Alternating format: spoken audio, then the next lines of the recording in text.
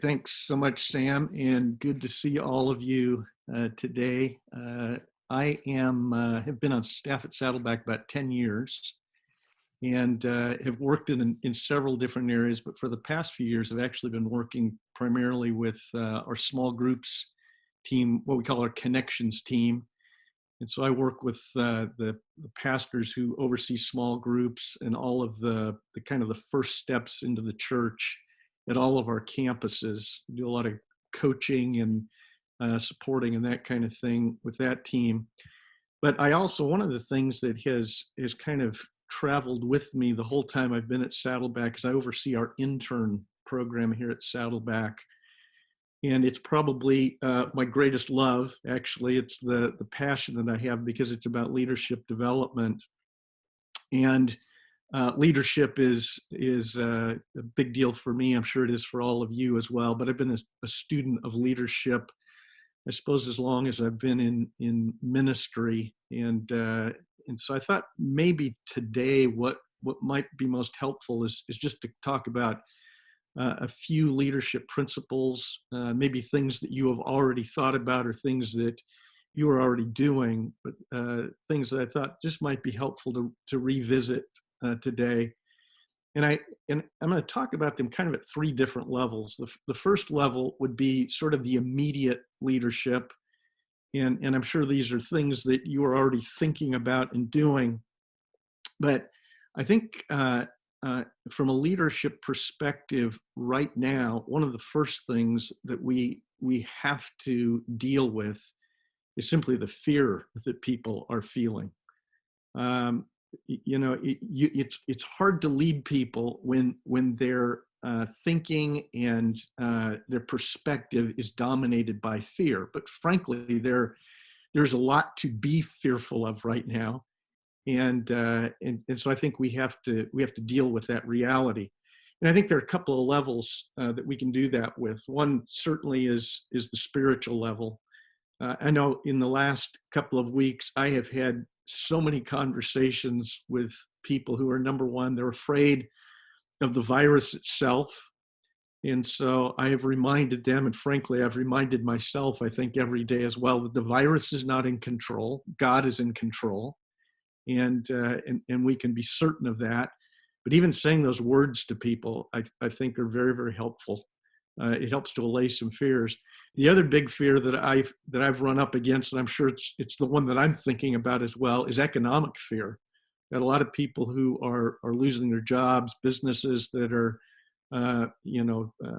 laying off employees and all those kinds of things. And so the future is very insecure right now, and it's another place to remind people of a basic spiritual truth that we know to be true, and that is that God is our provider.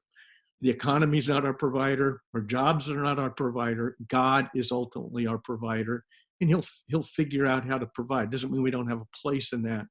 Anyhow, I think those kinds of things, those basic spiritual reminders right now are one of the most important kinds of leadership that we provide to people. And I think they need to hear them over and over again because there's new news every day, and those things need to be responded to. So there's a spiritual element of dealing with fear. There's also a practical element, and there are limitations on what we can do in those areas. But I think it's important for us to take a look at what are the resources that we have available to us, and how can we respond to the fears that people have. So it's Saddleback right now. A lot of that is making sure people have food to eat. If they if that's something that's not available to them. I think one of the most practical things that the Pastor Rick did very early on was he assured everybody on staff, you're going to keep getting your paychecks. You have a job. And those kinds of things, whatever they are, whatever we can offer to people, I think are critical. Again, because I think it's difficult to lead people right now if we don't first respond to the fears. So I would start there. That's kind of the first level that I would think about.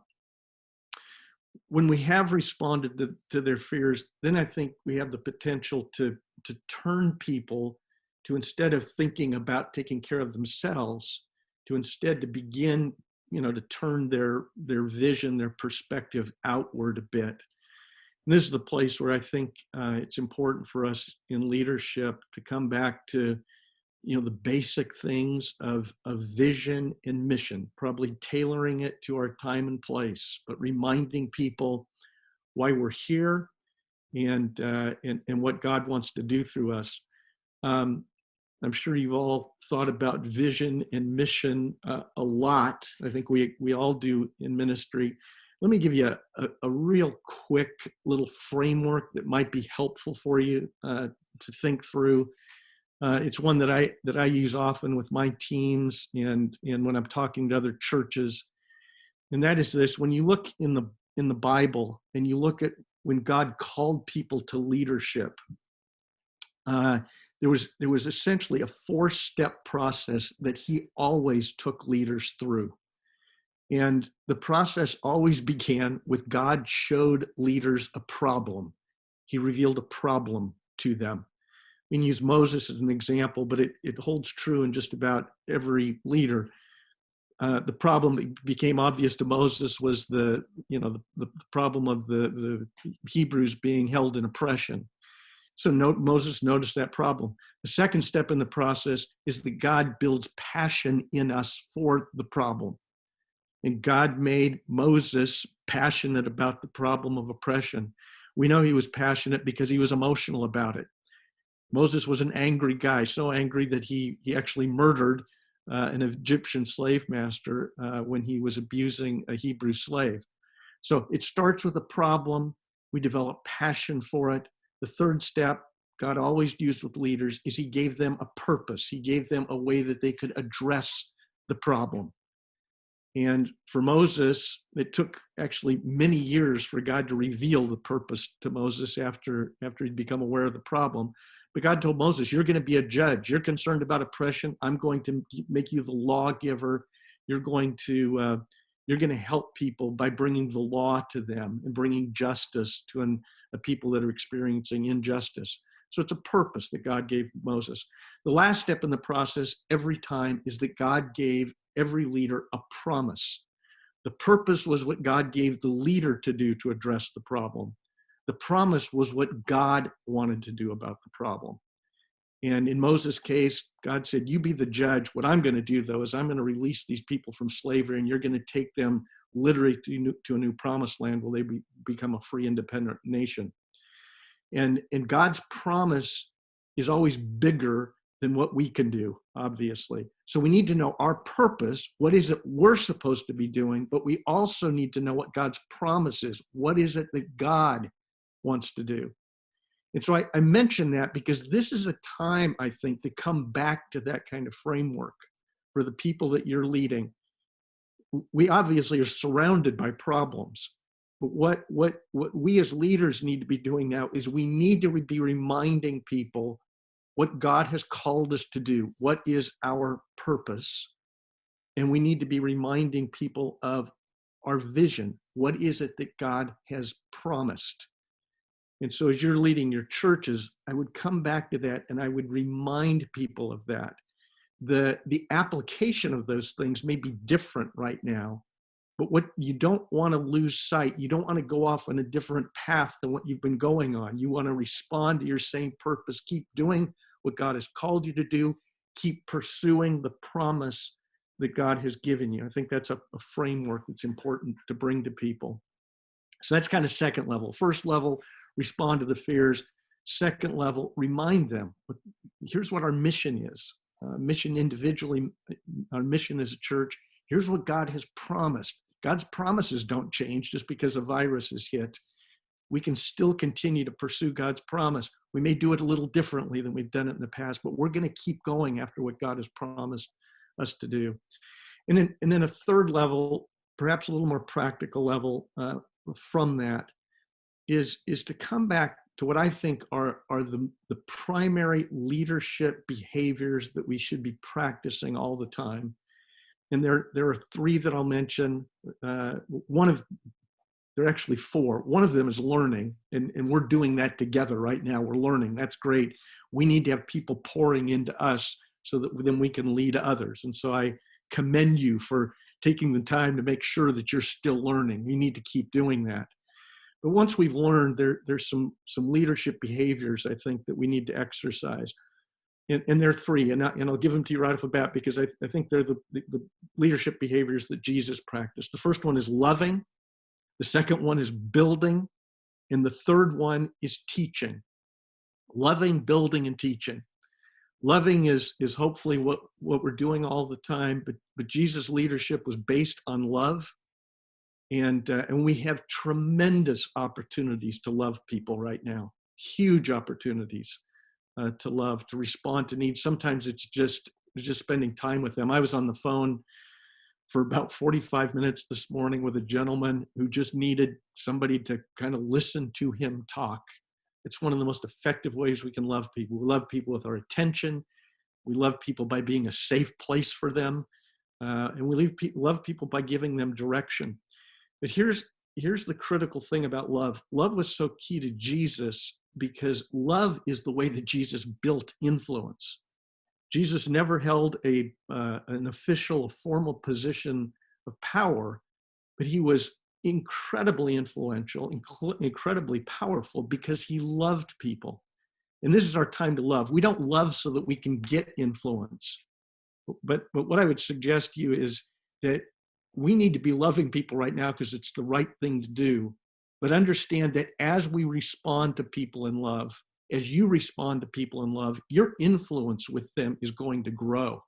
You're going to become a more effective, more significant leader to them. And so don't love them so that you can get influence, but understand that's what's going to happen.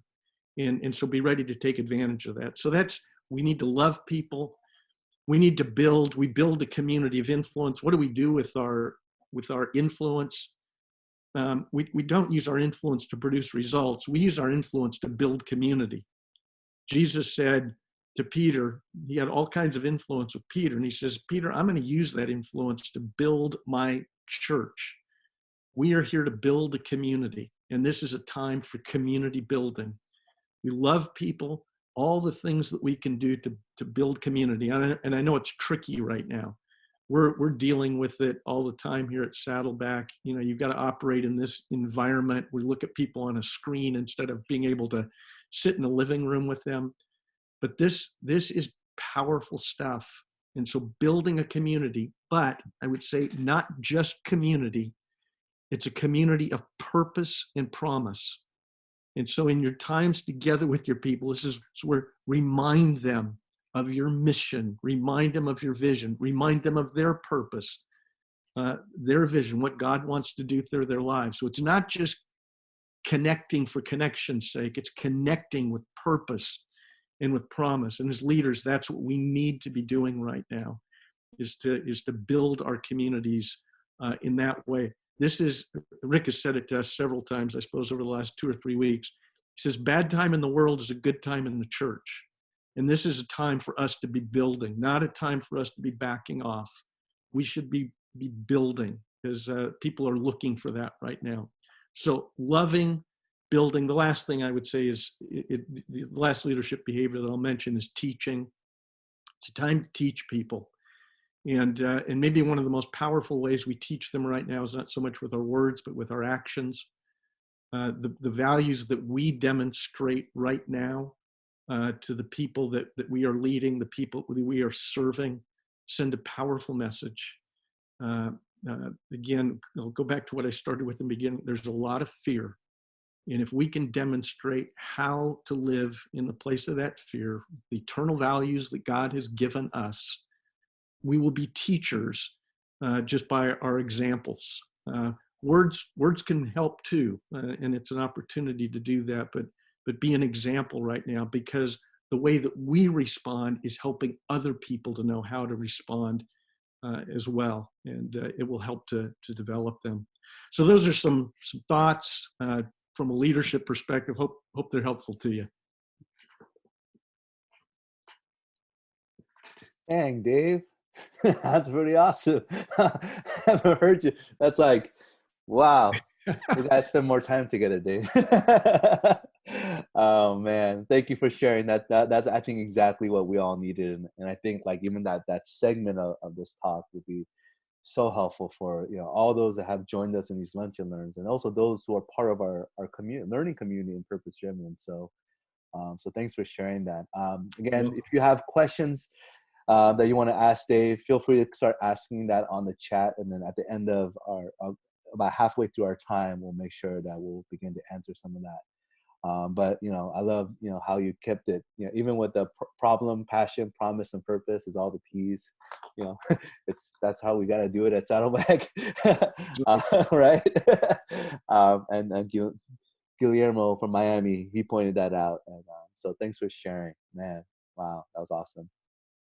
All right, so now we have Sean Hyde, Pastor Sean Hyde. So he is our children's pastor at Saddleback Church, and I'm going to have him share a little bit of kind of the season that he's been in, and how he's leading, and some insights and some learnings that he had. So Sean, take it away. Yeah. Well, guys, I mean, I feel like more of a participant right now just because I'm sitting here gleaning from Mr. David Alford and all his amazing wisdom and leadership insight. So, I'm grateful to be a part of the conversation today, and hope I can kind of just process through with you some of the things that you may be thinking. But yeah, I probably want to get really practical today, and maybe even just kind of vulnerable too, of where I've been at the last 2 weeks since what seems to have been, everything kind of just seems like it just kind of hit the fan, and things have been just turned upside down from what is our normal process, and way we go about each of our weeks has been completely upended. And that's I know that we've all we're still processing that, maybe even struggling through that just a bit. I'm a very strategic thinker. I love sitting down and mapping things out. One of the things I love so much about just the purpose-driven paradigm and that philosophy of ministry in which we've really built the how we do what we do at Saddleback, is it's I love it because it helps us think strategically through how we moving people towards spiritual health. In this season that we're in, I was talking to Sam and David right before everybody jumped on, and just being more of a strategic thinker, we've kind of been in a season where we've had to react a little bit more. So we hadn't had that time to really kind of sit down and think through this beautiful strategy of how we want to go about doing something. It's almost been like a phrase that we commonly use, I think, at Saddleback is we're building the plane as it's flying. We've got at least one of the engines on, other engines down on the ground somewhere. So we got to figure out how to pull that thing up on the plane and help this thing to go. But as challenging as that can be, when you are more of that strategic thinker and want to kind of have things in line, in place, that can be a stretch, right? And it can be even a bit exhausting emotionally and mentally.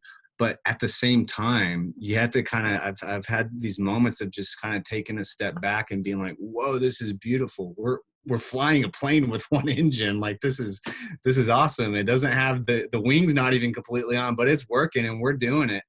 And in this season of feeling a little more reactive, it's created some great opportunities. And I think there's been some stuff that's come out of it that we maybe didn't even expect. And I think the thing that really has been driving everything that we've wanted to do in all this is, and David, you're so articulate in everything you said. I mean, from community building, you mentioned community building. At the heart of what we all do and what we're all called to do is community building. I mean, we can sum up really all of what we do and what God's called us to is relationship, right? We're called to help point people to the most important relationship, that spiritual relationship, by being connected to God, but then also being connected with each other.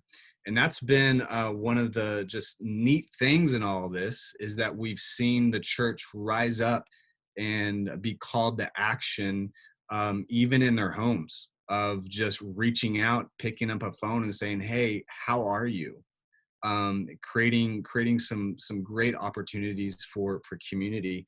um, you know as in our children's ministry, we've got a couple of different ways that we go about doing what we do, and one of the things is weekend services, right? So that's now not an option, right? We're not gathering together on the weekend anymore. We have another ministry. Well, we have, it's kids small groups, so we have small groups for kiddos.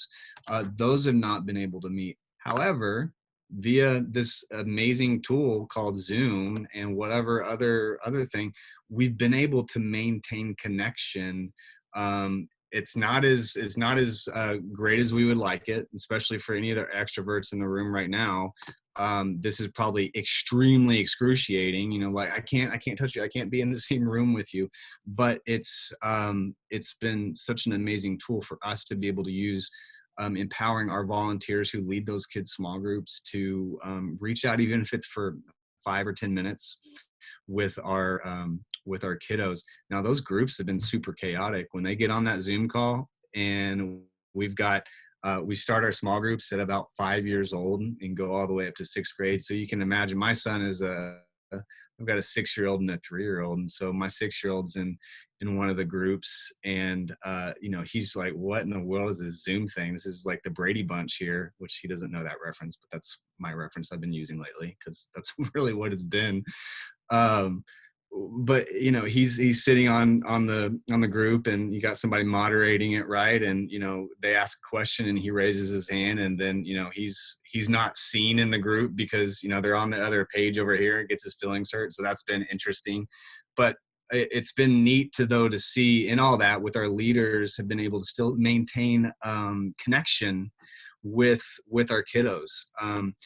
Our kids are all of a sudden they're able to see each other's rooms and be in each other's homes in a way that they've never been before. And they're scrambling to show their favorite stuffed animal, or what their what their book that they're reading right now. It's almost created more of an intimacy, just by being able to have an insight into people's living rooms. And even with the kiddos seeing, oh, that's cool, you have that toy, what's your favorite toy? So it's been this really unusual, weird thing where we're not as streamlined from a programmatic standpoint. We don't have this well-polished program, but we've got community taking place. And it's reminded me about the simplicity of what God's called us to, and that's building relationships with other people through whatever means necessary. And this is such a beautiful moment for the church right now to really just do really great at picking up a phone, scheduling that Zoom meeting, and ask the question, hey, how are you? Or, hey, I've got this idea, let's share. I can't tell you how many Zoom calls in the first 2 weeks I was on. Almost, Sam, you're saying you're already 5 Zoom calls this morning. So that may be the case for some of you guys too. So many Zoom calls, but in so many ideas being shared. Zoom calls from around the world, really. I mean, I'm on Zooms with groups of 30 kids ministry leaders from around the world, and I even felt a bit overwhelmed with all the ideas that are being shared. Tons and tons of ideas, and we're trying to scramble because, as Saddleback, part of one of the things that we love the most and feel a calling towards is the equipping and helping come alongside other churches, which is why we're here. One of the things that we're here today to do, but to see other churches leading the way in helping, connecting and ideas sharing. But it left me feeling a bit amazed on one end, but also a little overwhelmed too, because there's 50 brilliant ideas of things that we could implement in our ministries, in our kids ministries. But what I finally had to settle on amidst all the 50 ideas that we had, man, I want to settle on like 1 to 2 that we do really, really, really well, because, we can sit down and think of ideas all day long. But trying to actually implement the idea, we got 10 things that we want to do, maybe kind of spread thin with what we have available to us now.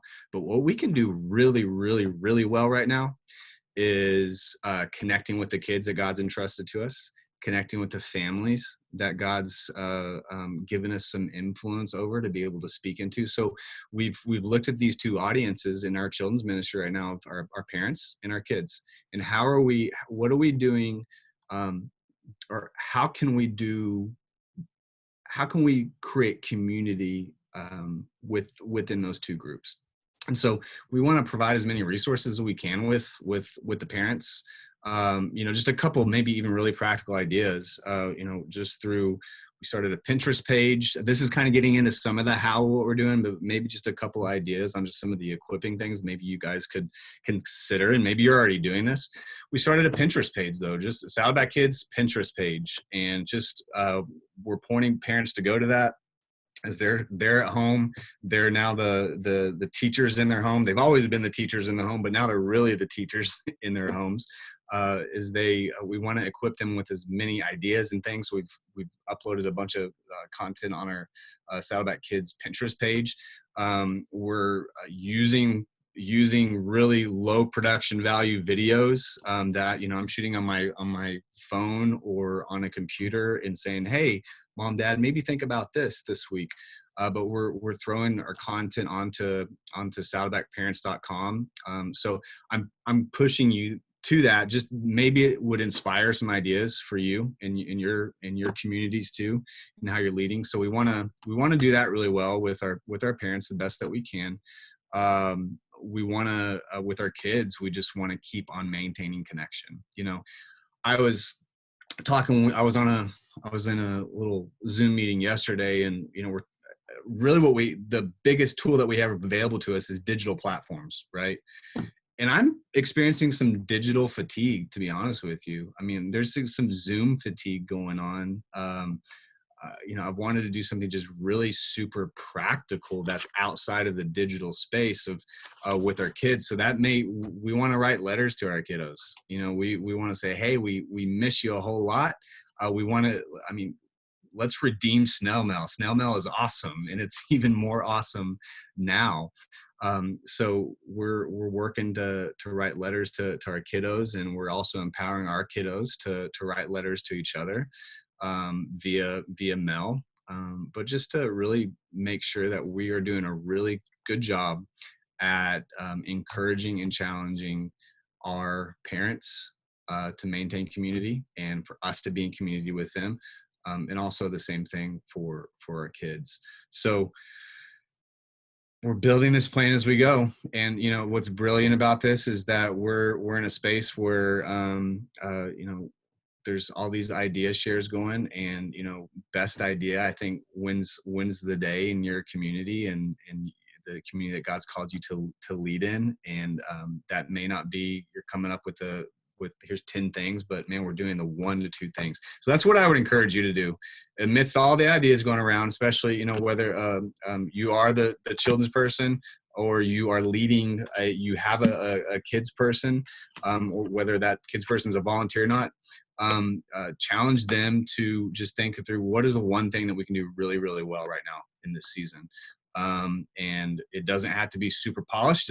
Production value doesn't have to be amazing, because at the end of the day, it all comes down to us making sure that we are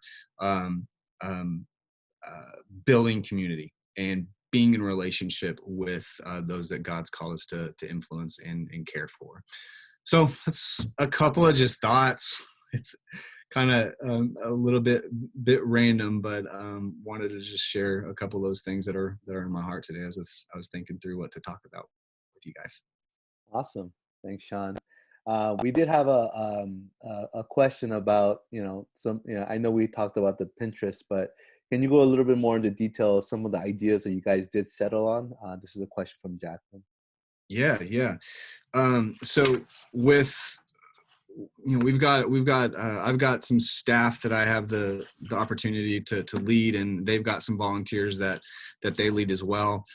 So we've made sure that we wanted to maintain consistent communication with our volunteers, and so that's just setting up ongoing consistent Zoom calls with our volunteers, where my team is helping to just stay connected and to shepherd their guys. So that's one thing, is just consistent communication. Another idea is, like I said, with the writing the cards, redeeming snail mail, and empowering our families to write notes to each other. We wanted to create some ways for our kiddos to serve through this time, to think about somebody other than themselves. That's always a challenge in kids ministry, and probably just a challenge in life, is trying to thinking about somebody other than yourself. And so we're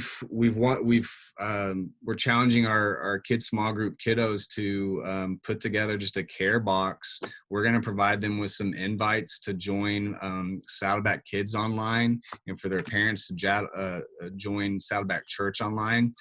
Put a care kit together of just prepackaged stuff. You may put some microwave popcorn in there. If you happen to come across some Peeps next time you're in the grocery store, get those, put some candy in there, and go drop it off at the house of an unchurched friend that you know. So just we want to kind of get outside of the digital space a bit more. So that's care boxes, serving. Another thing is writing notes to some nursing homes too. We want to look at ways that we can minister to and love on those that are in the high risk categories, and so we want to empower our kiddos to do that. So yeah, that's a couple of things, really, and really the only things that we're really doing right now. And we've got church at home too. We have an online platform where we've kind of beefed that up a little bit with our kids curriculum. So we're pointing our parents to go to that, and we want to stay. We're looking at doing like a live version of that. So at least one of the services that we're doing is there, whether we put that on Facebook Live, that there's some chat capability with the parents and at home, so that we can even, so it doesn't, you're not just doing the church service on Monday or Tuesday, but there's, hey, Saturday at 5:00 or Sunday at 9:00, we're all getting together for a kids service. Yeah. What's been really cool, I'll also say this, guys, what's been really cool about this, I mean, God's called all of us as parents to obviously be the primary spiritual leaders in the home. This has kind of forced the issue, though, for a lot of parents. And I know maybe a lot of families in your faith community, in your church, maybe feel that tension of like, I don't feel equipped to do this. I think we come up against that all the time of like, well, yeah, we want to send kids to you guys to go to church so they can get spiritually fed. We want to send them to kids' small groups so they can be fed.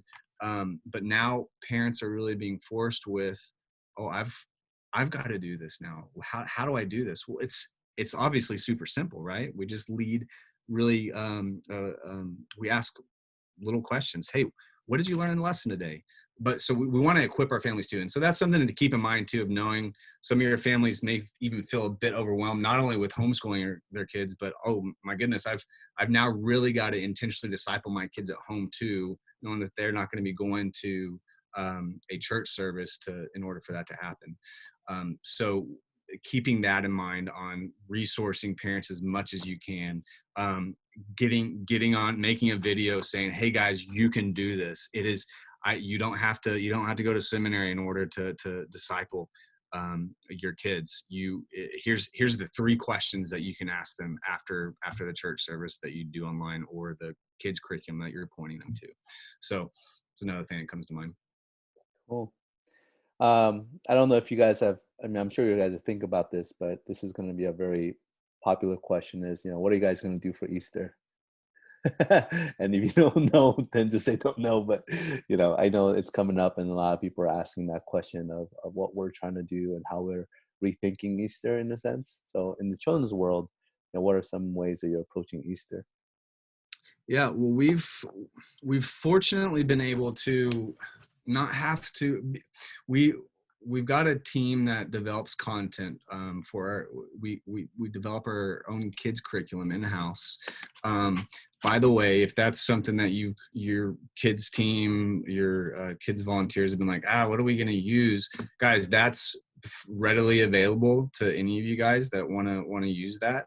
You can go to our Saddleback Kids YouTube page and rip all the videos that you want. You can go to another resource, guys, and I'll write this in the chat, is nextgen2go.com.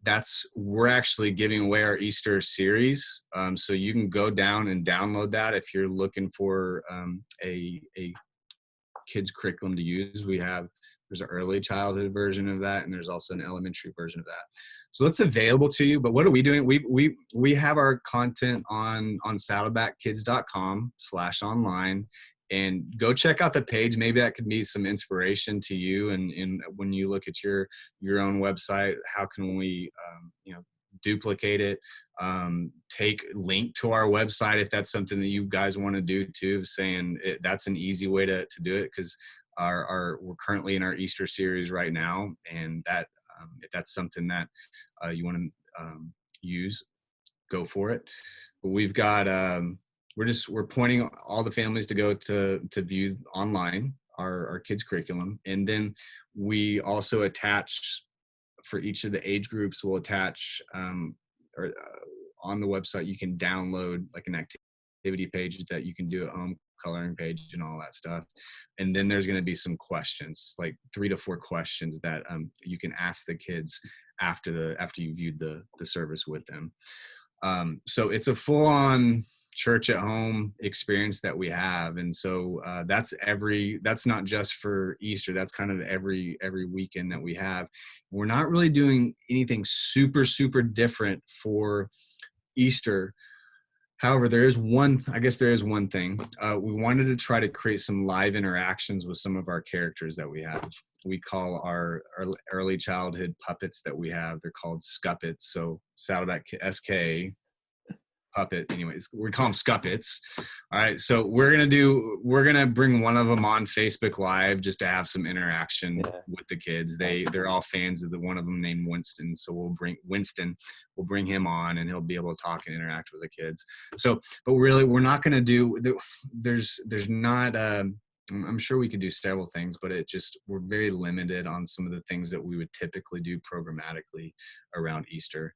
But we're trying to make it the best experience that we possibly can. Awesome. Well, thank you for the insight. I'm going to unmute Dave Alford right now as well to bring him into this conversation.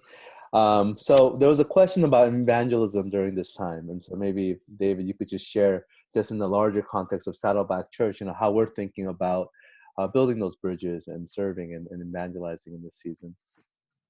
Yeah, be glad to. I'm not sure I even know all of it, but I think one of the most basic things that we are doing is encouraging our members to think in terms of evangelism right now. And evangelism, I think it takes different form. Evangelism is not just telling somebody the good news of the gospel. Evangelism oftentimes is just reaching out to people in love, and you're building a bridge to them. And so one of the things that we are encouraging across our congregation for people to do, especially people who are maybe a little younger, less vulnerable, is to think about the more vulnerable people in their neighborhood. So we've got lots of stories of people who have done things like left notes at the front doors of elderly neighbors, for instance, and said, "Hey, I'm glad to go pick something up for you if you want," or call them or text them or whatever it is. But anyhow, just serve the more vulnerable people in the community. That's not evangelism per se, but it obviously is expressing the love of Jesus to somebody and opens a door for evangelism. So I think it's those kinds of things at the congregational level, just to get people to be thinking, how could I be serving? On a more formal level, I suppose we've got a food bank open at several of our campuses. I don't know if any of you are doing those kinds of things or not, but we've had numbers of people who have made responses to follow Christ because when they came in to get food. And so I think anytime we can meet those kinds of physical needs, it's an opportunity for that to happen.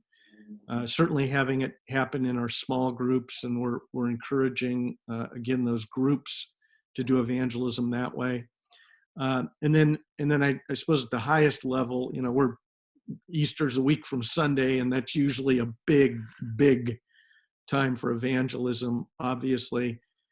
And I would say one of the things that we are doing from an evangelistic standpoint is simply simplifying everything. So the last couple of days, I've been working on making sure that we're making it easy for people to make responses to what they hear at the Easter message. In our place, what's going to happen is Rick's actually going to tell people, he's going to give them a text number that they can text if they want to respond to Christ. And so we've been setting up those kinds of things.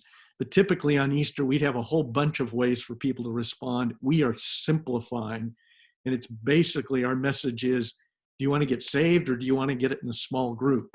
And so I think that's one of the most important. And that goes with, websites as well. It's not my field, but this morning I was involved in a conversation. We're going to make sure on the front of our website, front page, homepage, that we've got a place where if somebody says, hey, I want to respond to God, that they can do it. So I think it runs the gamut from service kinds of things that opens up the possibility to evangelism, to making sure that right now we're making it as easy as possible for people to register their responses so that we can follow up on them.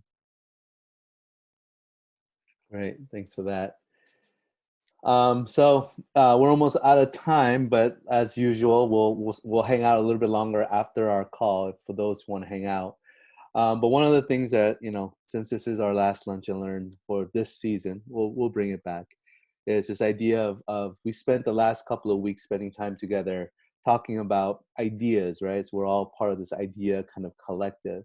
But what's important for us is to begin to put it into practice. And so some of us, it's a safe place to be in that idea land, but we really need to start putting into practice and being prepared for what we call the next wave, right? So what's a new reality that's being formed right now? And how can we be prepared today? And the only way we really do that is take a theory and put it into practice that helps make us create a better theory that puts into better practice and so forth.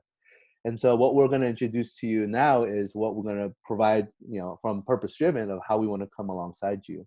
And so what this is called the Next Wave. We're calling the Next Wave based upon the book Purpose Driven Church, where Rick talks about spiritual waves. God creates waves, and we just ride them, right? And there's this incredible wave that is here.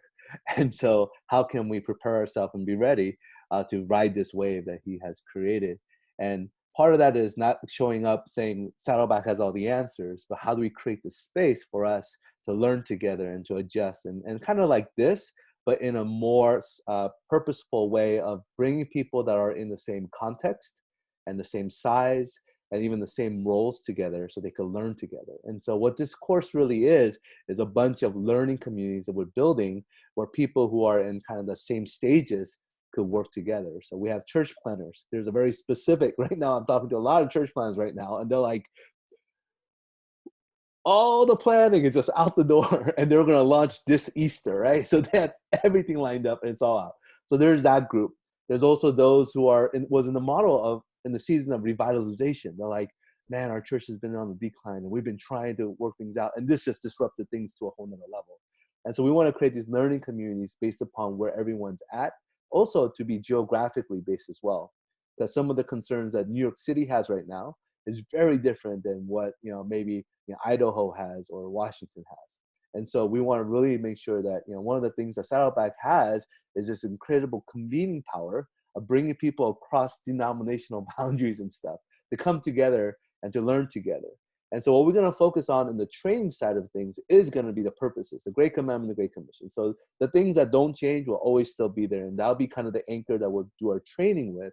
But the most of that great value that you get from this is that learning communities will build around it.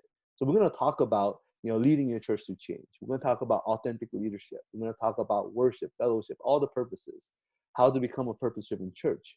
You'll learn that directly from Rick, but in between of the trainings, we'll have these learning communities where we can learn from one another and actually see, all of us to start putting things into practice and reporting back whether it worked or not. Because I don't want to be the only one making all the mistakes and saying, here you go, here's all the mistakes I've made. But I think together we could actually ramp up the speed of our learning by actually all of us putting it into practice. And so let me kind of give you a quick snapshot of what that looks like by showing you my screen. So that's saddlebackkids.com. So I brought that up, but I'll include this link on the chat room. So you guys could enroll right now. It's all free. But it's an 8-week cohort program where we're going to build these learning communities where we work together. So we'll start on the 20th of April. So not the week after Easter, the Monday after Easter. And really this is kind of just a process of this is kind of where we'll use, this is the platform we'll use to kind of help the learning communities move along. So it is actually not a self-paced program like we did in the past. But this is a commitment for 8 weeks that we're going to journey together in the next 8 weeks. And I'm sure, oh boy, I'm sure we're going to see more changes. And so this is, again, trying to create that space for us to learn together and to grow together and build churches that are driven by the Great Commandment and the Great Commission, because for thousands of years, 2,000 years, it hasn't changed, but the methods have. And so this is the course for that. So that's what we're working on. I'll add that link to it, to the chat, but that's kind of our next step. So a lot of those calls, I'll be in most of those calls with you to help facilitate the conversation. And so it may be, if there's a large group of 30 that's specifically at a size of 150 in the suburban context, there may be a lot of us. But what we'll do is we'll have these kind of lunch and learn type of conversations throughout the week in those learning communities. So we could be very specific about the challenges that you're facing. And then we'll bring in like a Carl Vaders, who are, great at leading small churches and have been a small church pastor and has helped many small church pastors to help those who are under 150. For those, churches that are over 150 and beyond to about 500, to 1,000, that's my background. That's where I came from. And so I'm going to serve in that context. And for those who are a little bit over thinking about, how to, debundle their multi-sites because that's something that they have to do now or stuff like that, we'll bring in the right people to kind of help facilitate those conversations. And hopefully David and Sean will be able to join us on some of these calls as well, where they could share kind of the great wisdom that they have. So love you guys. Thank you for being here.